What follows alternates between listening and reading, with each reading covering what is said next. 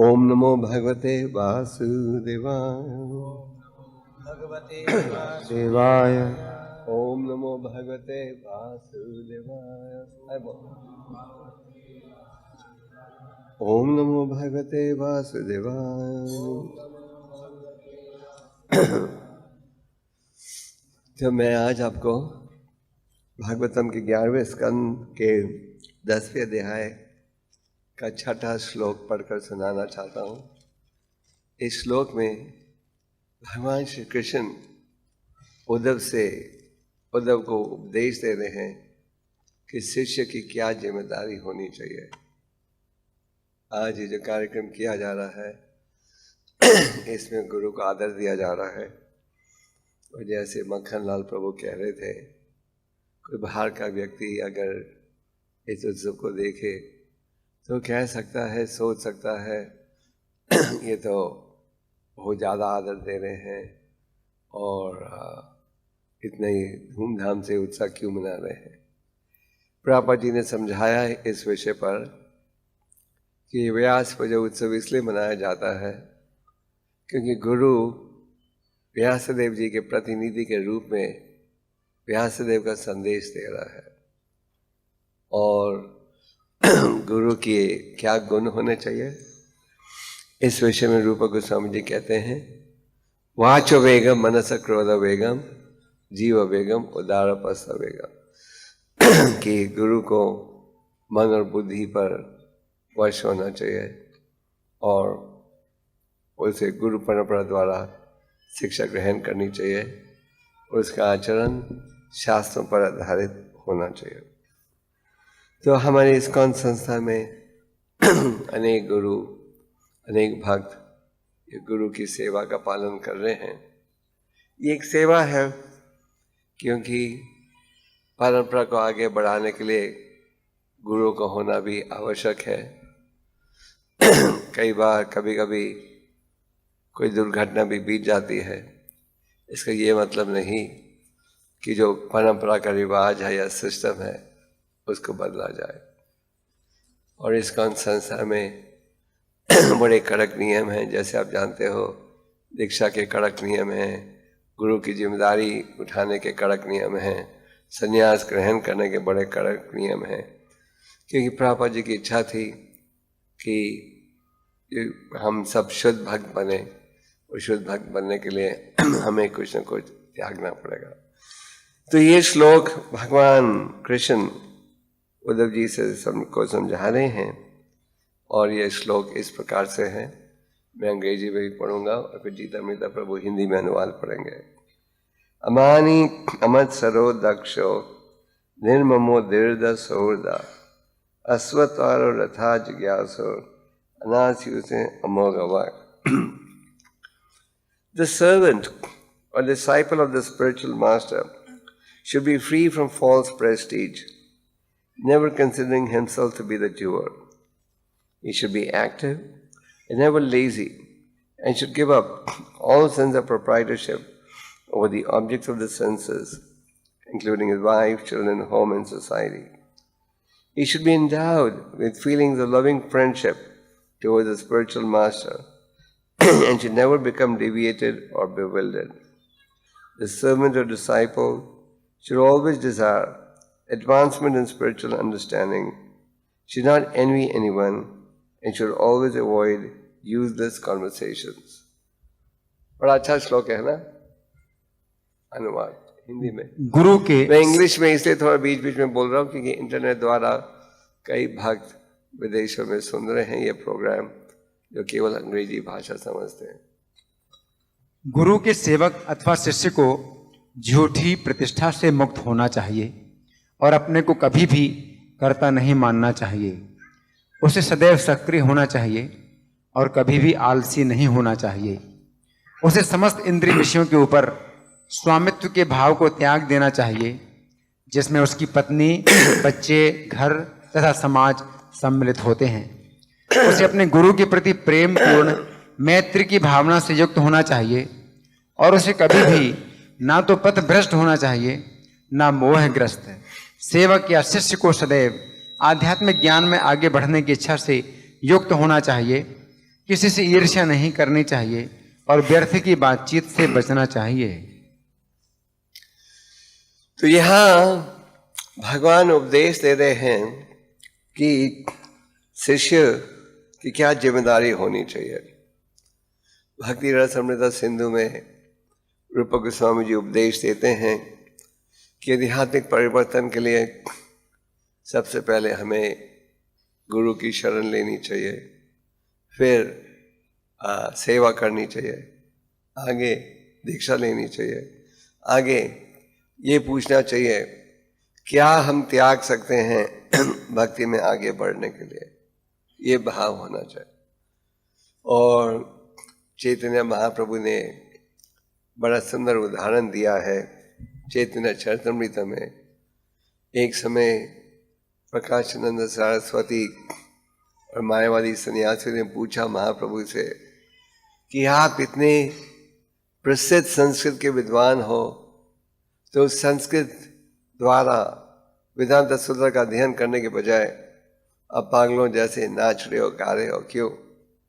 तो महाप्रभु जी ने उत्तर में कहा कि मेरे गुरु ने देखा कि मेरे में ज्यादा बुद्धि नहीं है, उन्होंने मुझे मूर्ख माना और इसलिए उन्होंने कहा तुम केवल इस हरि नाम के उच्चारण के योग्य हो।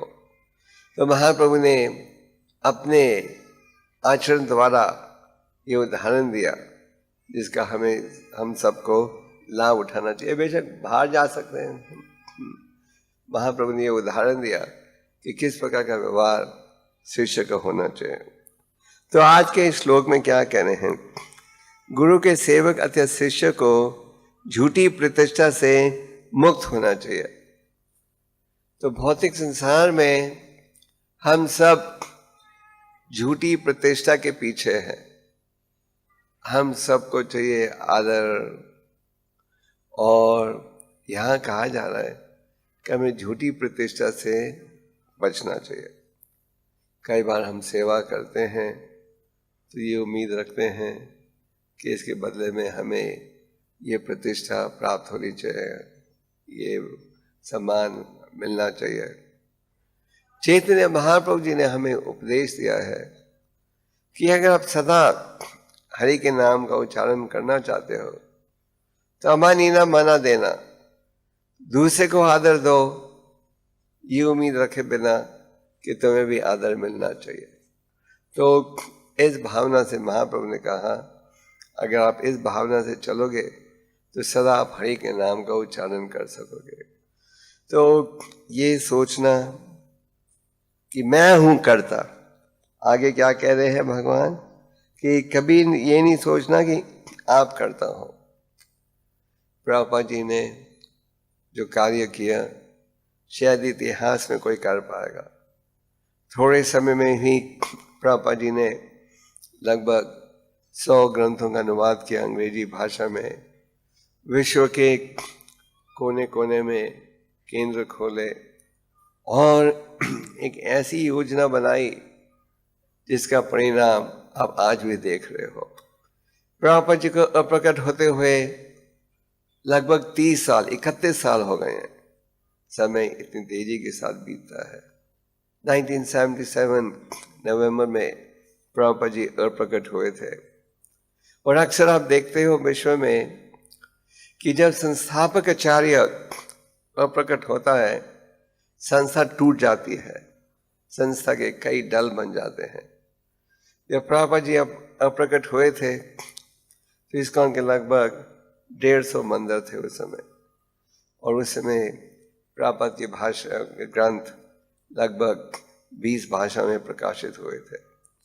आज प्रभुपाद जी की कृपा से लगभग 500 केंद्र हैं सारे विश्व में, और 100 से ज्यादा अंतर्राष्ट्रीय भाषाओं में प्रभुपाद जी के ग्रंथ प्रकाशित हो गए हैं। और चीन भाषा में भी चीन सरकार ने पिछले साल भगवत गीता को प्रकाशित किया। तो प्रभुपाद जी ने एक ऐसी योजना बनाई है कि ये संस्था और 10,000 सालों के लिए समाज को मार्गदर्शन देते जाएगी। तो ये कोई छोटा कार्य नहीं था।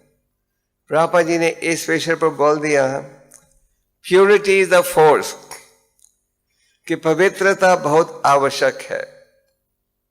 तो चाहे गुरु हो चाहे शिष्य हो, हम सबका लक्ष्य होना चाहिए कि हम पवित्रता कैसे प्राप्त करें।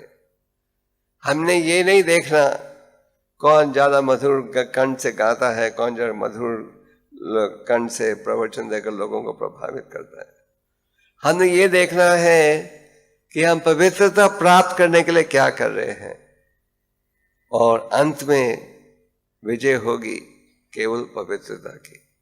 तो यहाँ भगवान हमें उपदेश दे रहे हैं क्या, कि हमें झूठी प्रतिष्ठा से बचना चाहिए। ये नहीं कि थोड़ी सेवा करें, एकदम हमें इसके बदले में प्रतिष्ठा चाहिए, आदर चाहिए। और आगे कह रहे हैं, यही नहीं सोचना कि तुम हो कर्ता। तो मैं प्रभुपाद जी का उदाहरण दे रहा था कि प्रभुपाद जी ने जो कार्य किया, एक रूप से आप कह सकते हो बहुत बड़ा चमत्कार था। प्रभुपाद जी से एक समय किसी ने पूछा, आप कुछ जादू कर सकते हो स्वामी जी? तो स्वामी जी ने कहा, जादू तो नहीं कर सकता पर एक जादू मैंने किया है। तो उसकी रुचि बढ़ गई, उत्साह से पूछने लगा, क्या जादू आपने किया है? मैंने हजारों म्लेच्छों को ब्राह्मण बना दिया है। तो म्लेच्छ का अर्थ है जो व्यक्ति बचपन से ही, जो व्यक्ति पाप के कार्य में जुड़ा है। ब्राह्मण का अर्थ है जो व्यक्ति शास्त्र पर आधारित जीवन का उपयोग कर रहा है। तो प्रभुपाद जी ने कोई छोटा चमत्कार नहीं दिखाया, पर जब भी उनके शिष्य जाकर उनसे कहते थे कि Prabhupada, you did such a great service, you did such a great miracle, Prabhupada ji कहते थे, I have done nothing, मैंने कुछ नहीं किया। I only had faith in the words of my spiritual master and I tried to fulfill his order, and it is due to his mercy that the success has come। तो प्रभुपाद जी कहते थे, मैंने कुछ नहीं किया। प्रभुपाद जी ने कभी जिंदगी में ये नहीं कहा कि मेरे प्रयास से, मेरे मेहनत से ये बड़ा चमत्कार हुआ। प्रभुपाद जी हमेशा कहते थे कि मेरे में केवल एक ही गुण था, मुझे अपने गुरु के वचनों में पूरा विश्वास था और मैंने गुरु के वचन आदेश का पालन करने का प्रयास किया और गुरु की कृपा से ये सफलता प्राप्त हो रही है। प्रभुपाद जी ने कभी ये नहीं सोचा कि मैं हूं कर्ता और मेरे प्रयास से ये सारे विश्व में ये आंदोलन फैला है। तो हमें इसे सबक सीखना चाहिए। कई बार हम थोड़ा सा प्रचार करते हैं, थोड़ी सफलता प्राप्त करते हैं, तो एकदम आसमान में हम पहुंच जाते हैं कि हमने इतना बड़ा चमत्कार किया। पर यहाँ वो भगवान कह रहे हैं कि क्या, ना तुम झूठी प्रतिष्ठा के पीछे भागो, ना ही ये सोचो कि तुम हो कर्ता।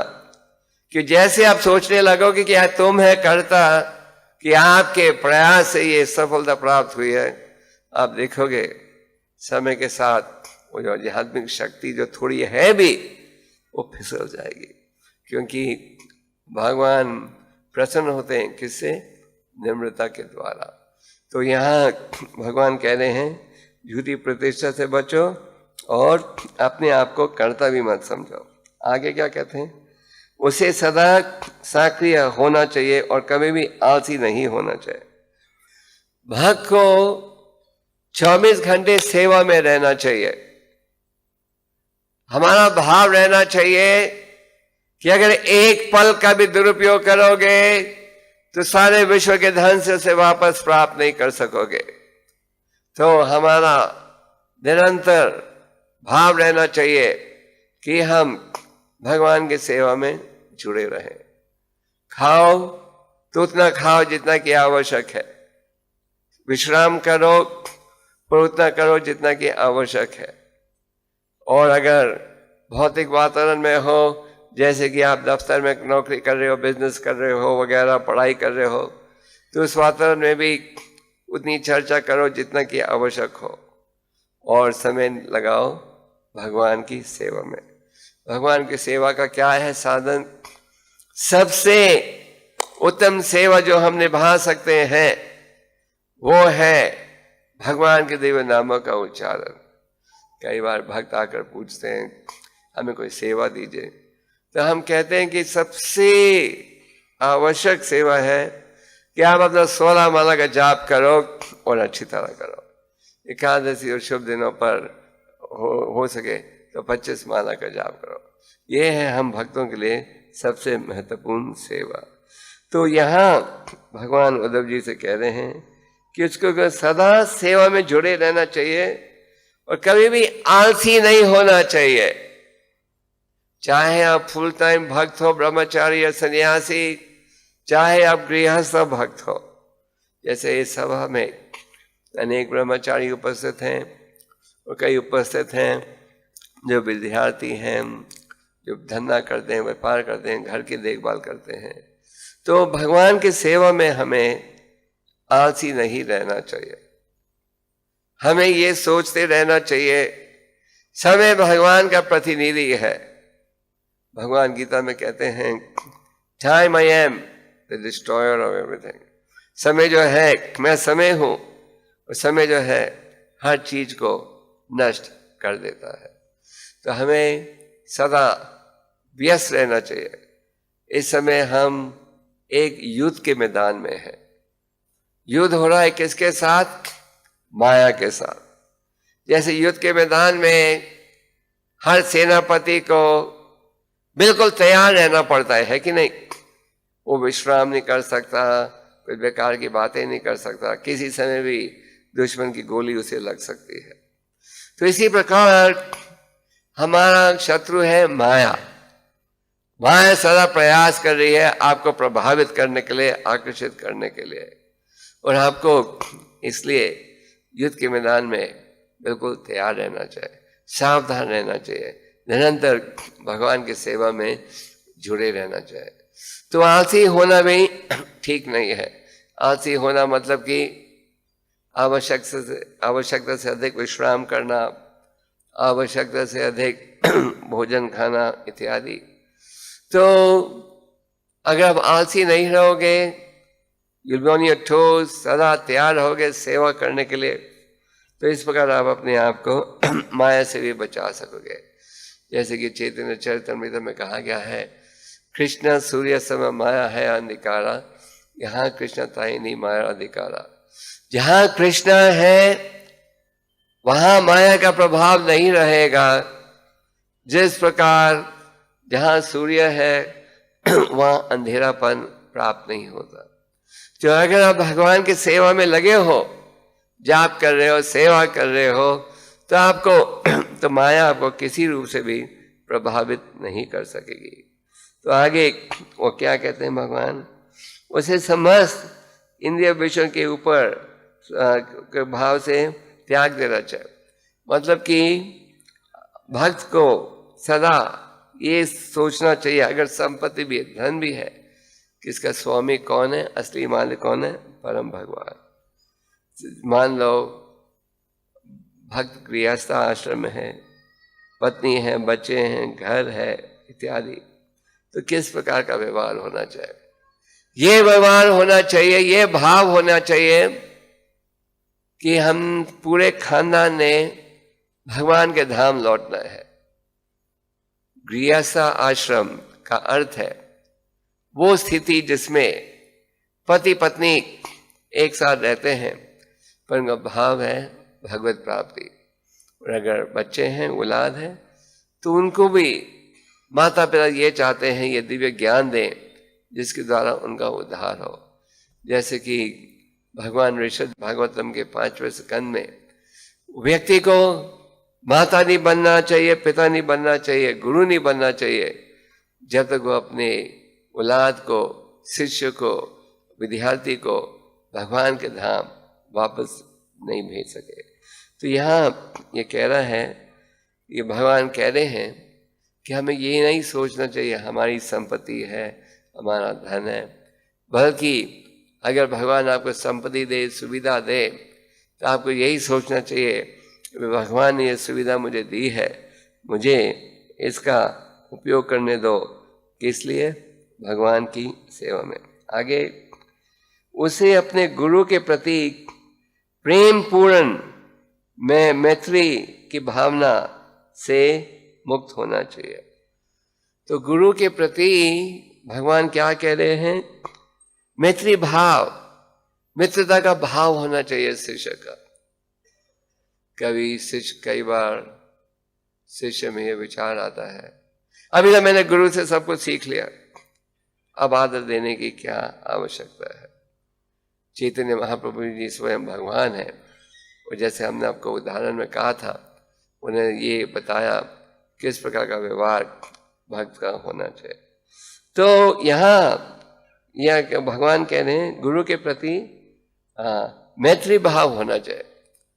गुरु का क्या कर्तव्य है? गुरु का कर्तव्य है कि अपने मन और बुद्धि पर वश रखे।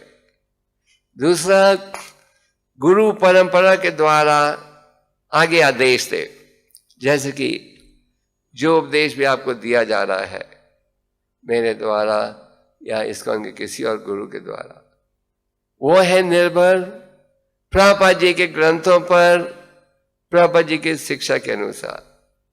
प्रभुपाद जी कहते थे एक रूप से गुरु बनना आसान है, मन और इंद्रियों पर वश रखो, वो तोते जैसा जो सुना है वही उपदेश आगे रखो। तो गुरु का कर्तव्य है यथारूप उसी संदेश को आगे प्रस्तुत किया जाए।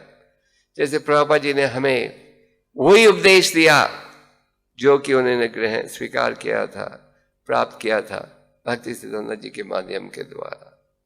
फिर आगे गुरु का ये कर्तव्य भी बनता है कि शिष्य को शिक्षा दे जिसके द्वारा वो भगवान के धाम लौट सके। शिक्षा देने का मतलब है कई बार कहना पड़ता है ये बंद करो, ये गलत है, ये ठीक है। रूप गोस्वामी जी ने कहा भगवान के शरणागत अगर आप होना चाहते हो तो जो कार्य भक्ति के लिए प्रतिकूल है उसे त्यागो और जो अनुकूल है उसे स्वीकार करो। तो यही रहता है गुरु का भाव कि जो कार्य शिष्य के भगवत प्राप्ति के लिए अनुकूल है उस कार्य का हमें पालन करना चाहिए और जो कार्य प्रतिकूल है उससे बचना चाहिए। गुरु शिष्य का दुश्मन बन जाता है जब जानते हुए उस शिष्य के नुक्स को दूर करने का प्रयास नहीं करता। पिता पुत्र का दुश्मन बन जाता है जब अपने बेटे को सीधे रास्ते में चलने का उपदेश नहीं देता। तो कई बार शिष्यों में विचार आता है गुरु ने हमें ये डांटा है या कुछ कहा है तो मित्रता का भाव समाप्त हो जाता है। पर यहाँ भगवान कह रहे हैं कि मित्रता का भाव रखो। अगर आपको कहा जा रहा है कुछ सुधारने के लिए तो आपको अपने आप को भाग्यवान समझना चाहिए, क्योंकि अगर आप इन नुक्सों को सुधारोगे तो ही आध्यात्मिक क्षेत्र में आगे बढ़ सकोगे। तो इसलिए भगवान कह रहे हैं मित्रता का भाव होना चाहिए। आगे वो कह रहे हैं किसी प्रकार से हमें विचलित नहीं होना चाहिए या मोहग्रस्त नहीं होना चाहिए। अब भौतिक संसार में माया सदा प्रयास करती है हमें विचलित करने के लिए। माया सदा प्रयास करती है आपको ये विचार देने के लिए क्या जल्दी है भक्ति की, भगवान के शरणागत होने की क्या जल्दी है, आराम से चलो, अभी तो बहुत लंबी है जिंदगी है। तो हमें विचलित होने से बचना है और बच सकते हो अगर आप साधना भक्ति का लाभ उठाओ। चाहे आप ब्रह्मचारी हो या सन्यासी या गृहस्थ, हम सबको साधना भक्ति में विश्वास रखना पड़ेगा। साधना भक्ति का अर्थ है नियमों का पालन। भक्ति रसामृत सिंधु में रूप गोस्वामी जी ने हमें अनेक नियम दी जिनका हमें पालन करना चाहिए। और कई बार लोग हमें दोष देते हैं इस्कॉन संस्था में बहुत से नियम है, too many restrictions in ISKCON, बहुत से बंधन है। हमारे गुरु देखो उन्होंने तो पूरी छूट दी है जो करना है। तो ये बात सच है, बंधन है। किसी और संस्था में जाओ, आपको 1 मिनट में दीक्षा मिल जाएगी। इस्कॉन में दीक्षा चाहिए तो आपको 1 साल 2 साल राह देखनी पड़ती है। क्यों? क्योंकि प्रभुपाद जी चाहते थे शिष्य की भी परीक्षा ली जाए, होने वाले शिष्य की, वो शिष्य भी समझ पाए क्या जिम्मेदारी उठानी पड़ेगी अगर वो दीक्षा लेना चाहे। और क्योंकि हम चाहते हैं कि लोग शास्त्रों को समझें और समझें कि हर कार्य के पीछे क्या भाव है। तो जैसे आप लोगों से कहा जाता है मंगल आरती करो, तुलसी पूजा करो, गुरु पूजा करो, शास्त्रों का अध्ययन करो, इन सब के पीछे भाव है। 4 नियमों का पालन करो। तो क्यों? क्योंकि अगर हम इन नियमों का पालन करेंगे, ये 4 नियमों का जब पालन करो, ये भक्ति के खंभे बन जाते हैं। जब इनका पालन नहीं करो, ये नरक के खंभे बन जाते हैं, पाप के खंभे बन जाते हैं। तो हमें इन नियमों का पालन करना चाहिए। और अगर हम ये निश्चित कर लेंगे कि जो प्रतिकूल कार्य है उसे हम त्यागेंगे, तो फिर आप भक्ति में आगे बढ़ सकोगे। तो कई बार पूछा जाता है, पर ये दृढ़ होकर ये विचार हम हमारे हृदय में कैसे बिठाएं कि हमें इस मार्ग पर ही चलना है और विचलित नहीं होना। तो रूप गोस्वामी जी इस प्रश्न का उत्तर देते हैं ये उपदेश देकर कि भजन क्रिया के पालन से अनर्थ निवृत्ति संभव है। भजन क्रिया का पालन है का अर्थ है जाप करना। जाप के विषय में चैतन्य चरितमृत में कहा गया है, हम भगवान के नामों का उच्चारण 3 अलग स्टेजेस में कर सकते हैं, नामापराध, नामाभाषा और शुद्ध नाम। शुरू में अब जाप करते हो और नियमों का पालन करते हो, नहीं करते, नाम अपराधों से आपका परिचय नहीं। वो जैसे आप भक्तों की संगत में आगे बढ़ते हो, जैसे आप शास्त्रों को पढ़ते हो, अब ये भी शिक्षा ग्रहण करते हो कि हमें अपराधों से बचना चाहिए, नामाभाषा। तो जब हम नामों से अपराधों से बचने का प्रयास करो, अनेक प्रकार के अपराध हो सकते हैं। नाम अपराध, उसका अर्थ है अपराध हरि नाम के उच्चारण में। फिर एक गुरु अपराध, गुरु की निंदा करना, आलोचना करना, श्रद्धा नहीं रखना कि गुरु का उपदेश हमारे आध्यात्मिक परिवर्तन के लिए है। कई बार हमारा भौतिक मन कहता है अरे वो भी तो हमारे जैसा ही है, तो क्या अंतर है। पर है हमारे जैसा, तो जब भी भगवान ने वो जिम्मेदारी दी है, उपदेश दे रहे हैं, जो हमें श्रद्धा से स्वीकार करना चाहिए। ये है प्रेम और भक्ति के साथ गुरु के आदेश को स्वीकार करना चाहिए। ये है शास्त्रों का निर्णय। तो भजन क्रिया के द्वारा, भजन क्रिया का अर्थ है नियमित रूप से मंगल आरती करना इत्यादि। तो आप में से जो गृहस्थ भक्त हो, अपने घरों में आपको छोटा मंदिर बनाना चाहिए या अर्चा विग्रह रखो गौर निताय का। गौर निताय का नहीं रख सकते तो तस्वीर बनाकर ऑल्टर बनाओ। रोज सुबह मंगल आरती कीजिएगा। अगर 4:30 बजे नहीं कर सकते तो 5:30 बजे कर लो। तो रोज ये जो संसद दावा प्रार्थना है उसका उच्चारण करो, श्री गुरु चरण पद्म का उच्चारण करो, तुलसी पूजा करो और शास्त्रों को पढ़ो। इस प्रकार आप अपना आध्यात्मिक परिवर्तन कर सकोगे। अगर आपने किसी बीमारी से इलाज कराना है तो आपको दवाई भी लेना पड़ेगा और परहेज भी रखना पड़ेगा, सच बात है। तो उसी प्रकार अगर आप अपने आप को इस भौतिक आकर्षण से बचाना चाहते हो तो आपको दवाई भी लेनी है जो कि हरि नाम का उच्चारण है, और परहेज, 4 नियमों का पालन इत्यादि।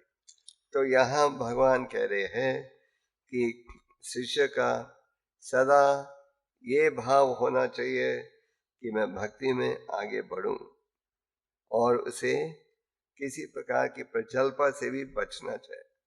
प्रजल्पा का अर्थ है उस विषय की चर्चा जिसका भगवान से कोई संबंध नहीं हो। आजकल हम सब प्रजल्पा करते रहते हैं, पर भक्तों की रुचि रहनी चाहिए। कृष्ण कथा में और कृष्ण भगवान के नामों में और उनकी लीलाओं की चर्चा इत्यादि में प्रजल्पा से हमें बचना है। रूप गोस्वामी जी ने कहा है प्रजल्पा से आपकी भक्ति नष्ट हो जाएगी और कृष्ण कथा से रुचि बढ़ेगी।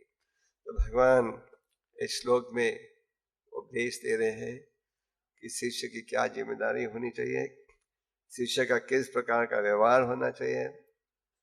तो आप सब भक्तों से निवेदन है कि आप इन गुणों को अनुकूल करने का प्रयास कीजिए। पिछले साल भी मैंने कहा था और ये साल भी कह रहा हूँ, मैं चाहता हूँ कि आप सब कम से कम 1 घंटे के लिए प्रभुपाद जी के भक्तों ग्रंथों को रोज पढ़ो।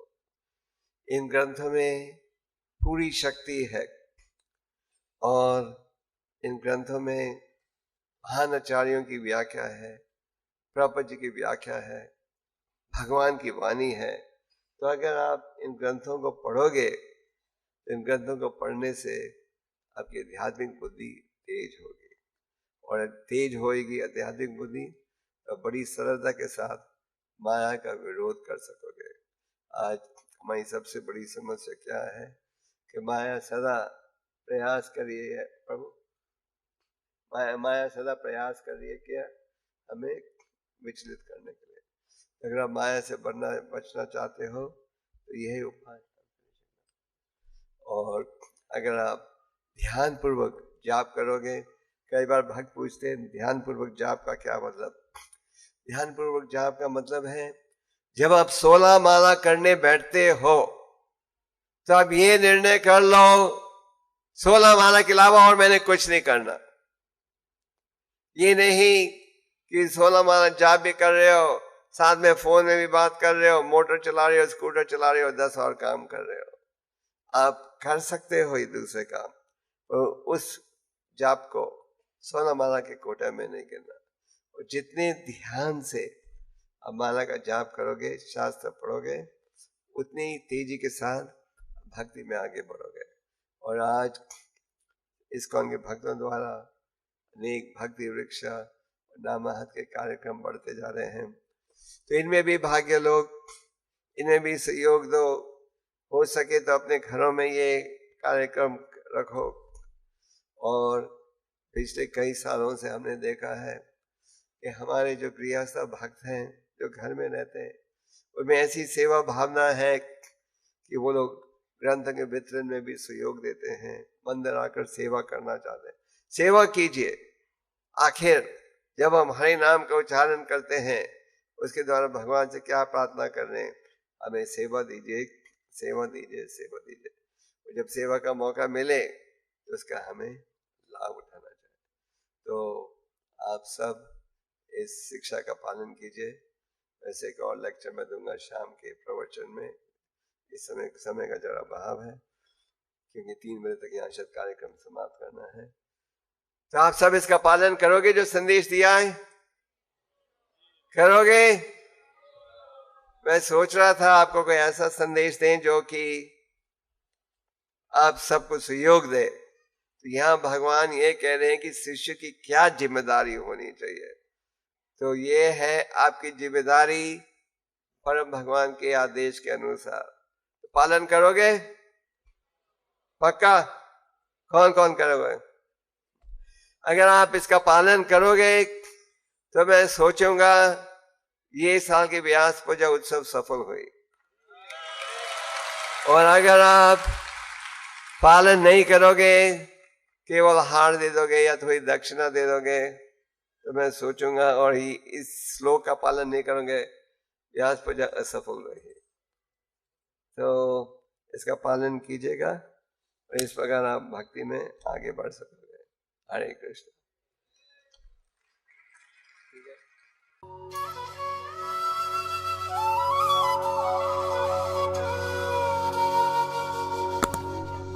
Hare Krishna, Krishna, Hare Krishna, Hare Hare.